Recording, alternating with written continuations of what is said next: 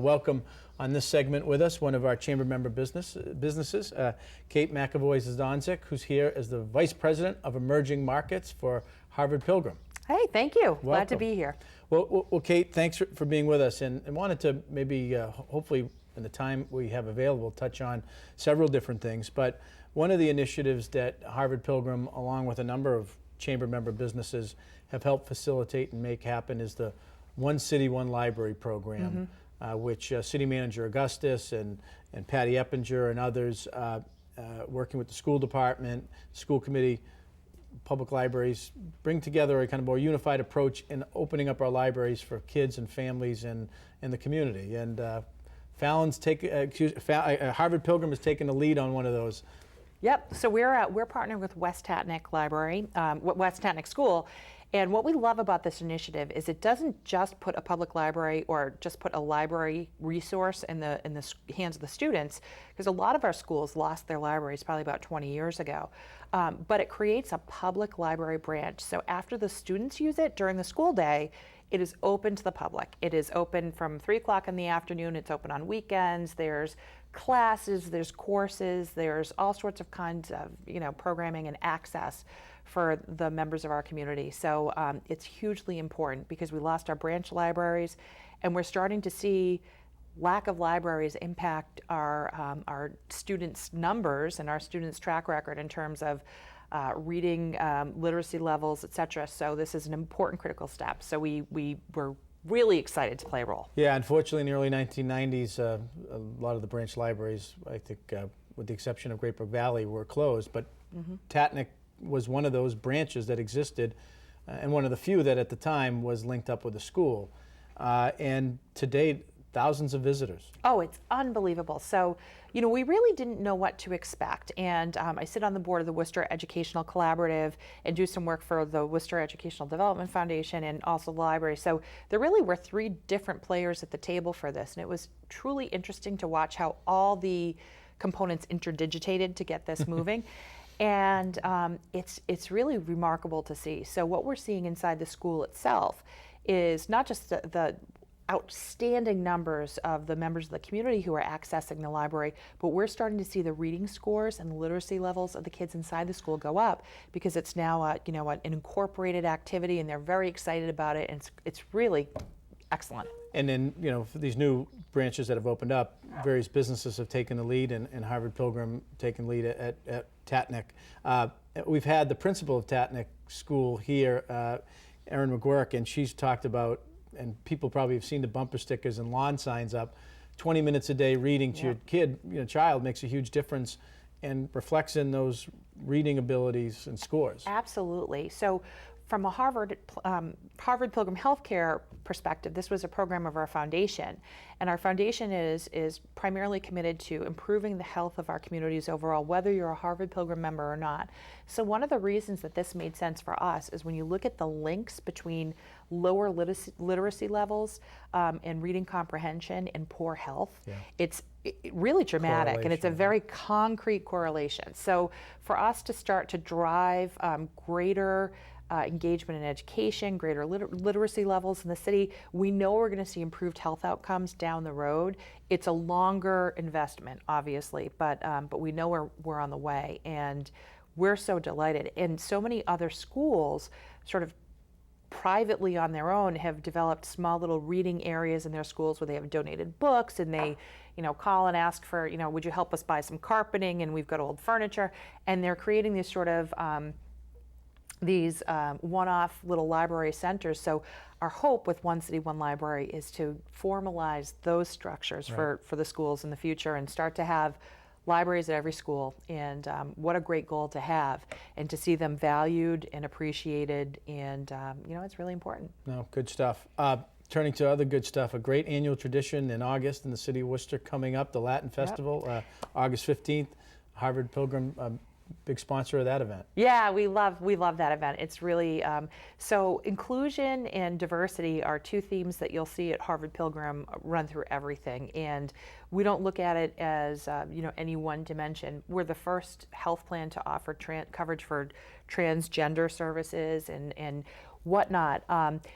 But this particular festival is such a big thing for the city of Worcester. The food is phenomenal, and it's just a great fun. Right.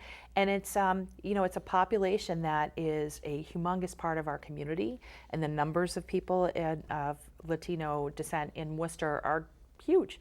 So when we were approached to be a part of it, play a part of it, we were really excited. So we're a leadership sponsor, and we also have a little reception a couple nights before, so that we can link the leadership of Central Las Americas to other business connections they may not have made yet. So it's really cool. No, that networking is important and a great event, as the Latino population, which is not monolithic, lots of different countries and backgrounds, grows and is diversified. Just a great event in terms of music and food, and it's awesome. It's awesome. A little dancing, a little salsa. A lot of salsa. Last year it was wet salsa because it rained a little bit, but we're looking at August 15th is our date. We're really excited, and 10-day forecast looks good, but that doesn't mean anything. So you know what though, I would say it's probably the one event, even if it's soggy, it's a great time. So everyone should head on down to the Common.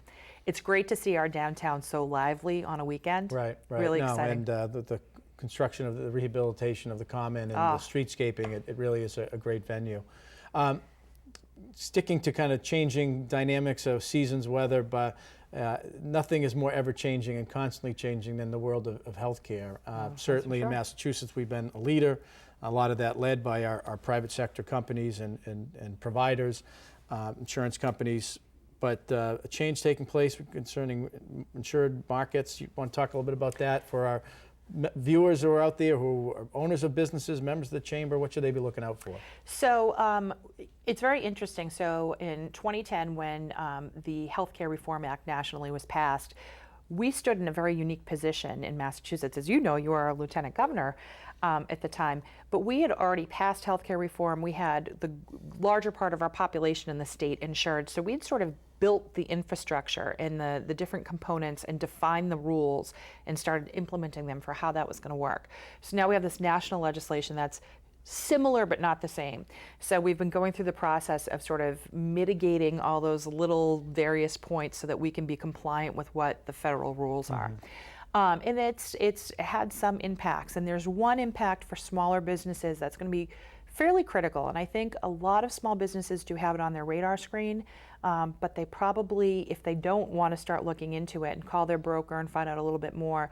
So we have in Massachusetts the merged market, and that was a massive component of our healthcare reform on a state level, was to take the individual market and the small businesses up to 50 employees and merge them together so that they're one pool, they're community rated.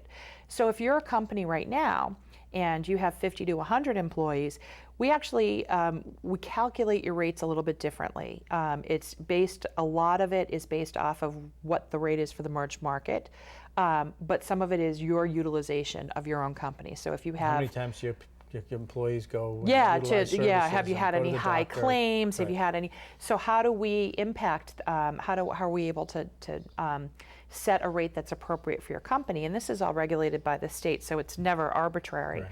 Well, those markets are going to merge again. So instead of having a merged market that's 1 to 50 or 1 to 49, it's now going to be 1 to 100 as of January 1st, 2016. So as with any leveling of anything, there's going to be some folks who pay more and there are going to be some folks who pay less. So it's certainly important for folks to take a look at how their business will be impacted and if there are any solutions that are out there.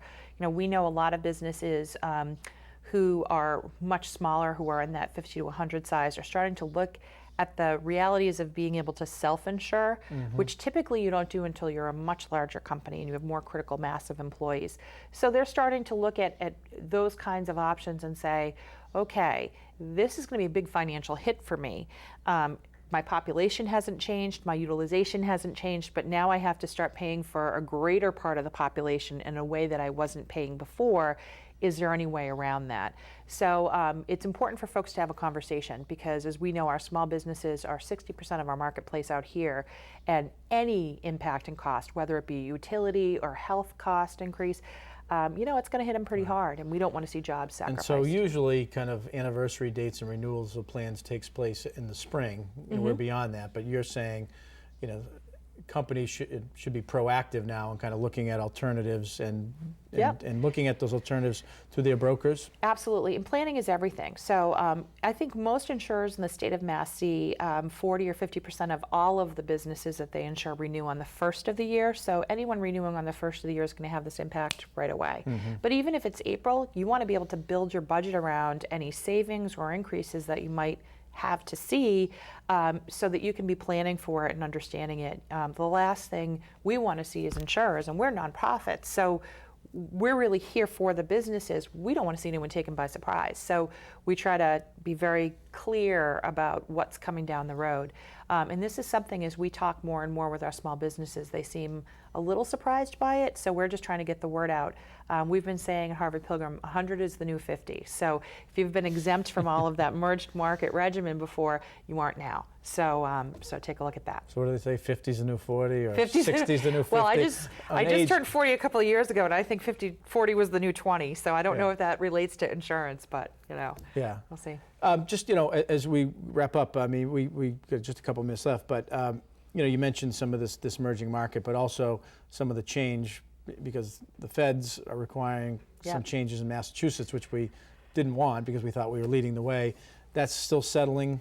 It's still settling. There are some unfortunate components and some other components, and I know we worked together in our past lives on this great deal. And one of the challenges is that there is a cost. There's a tax levy on every single insurer, whether you're nonprofit or for-profit, and the dollars of that actually subsidize the cost of healthcare reform across the country. So, one of the challenges we've seen, and one of the things we really advocated for back before 2010 was, if we have this amount of our population insured, we want to be exempted from that tax, because baked into our premiums now is the cost of subsidizing the other 49 states that weren't where we were in terms of being head of these insurance reforms.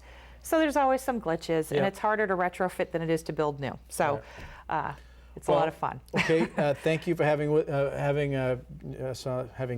joining us on the show, and look forward to Latin Fest. That's a date certain, August 15th. People can plug into, and want to thank you, our viewers, for this segment. We could come back 2 more. Want to talk to you about a company that is growing and expanding, a recent graduate of Becker College in the emerging field of video and digital gaming. Stay with us.